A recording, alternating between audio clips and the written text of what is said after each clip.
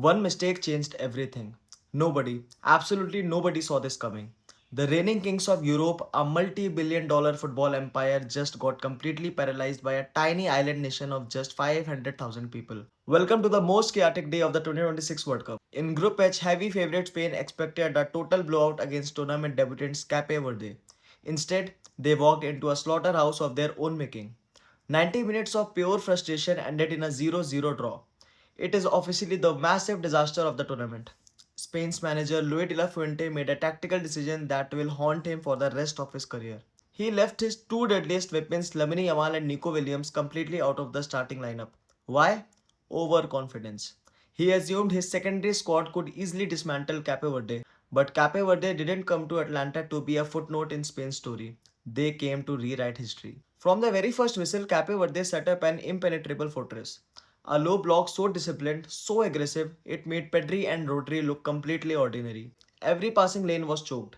Every Spanish run was met with a bone-crushing tackle. At the 15-minute mark, Sydney Lopes Cabral picked up a fierce yellow card, a statement to Spain that this was going to be a dogfight. And then came the ultimate hero of the afternoon, a 40-year-old veteran goalkeeper named Vozinha.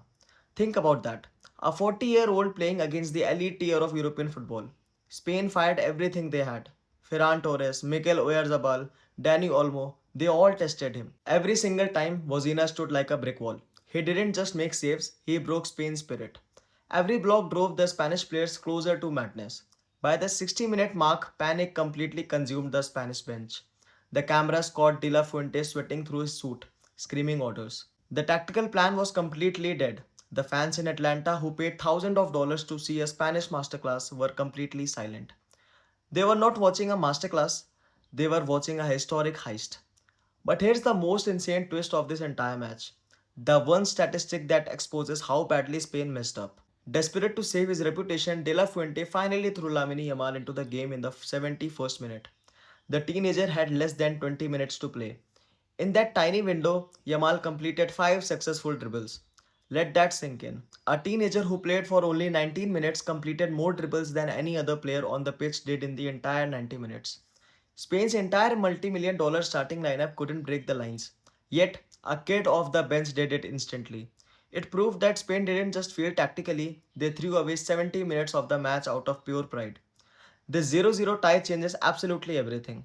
Group H is now a complete war zone. Spain was supposed to cruise into the knockout rounds. Now they are under massive suffocating pressure. Their next two matches are against a hyper-aggressive Uruguay and a dangerous Saudi Arabia. One more mistake, one more tactical blunder from De La Fuente, and the reigning European champions will be packing their bags for a humiliating group stage exit. The legacy of this golden generation just took a massive hit. They went from tournament favorites to the laughing stock of opening week. Meanwhile, Cape Verde has just proved to every single underdog in the world that giants can bleed. Was this just a minor slip up from Spain, or did their arrogance just ruin their entire World Cup dream? Is De La Fuente the right man to lead this team, or should he be fired before the next game? Drop your thoughts in the comments right now, smash that like button, subscribe to Soccer Mates, and let us know, is Spain officially in trouble?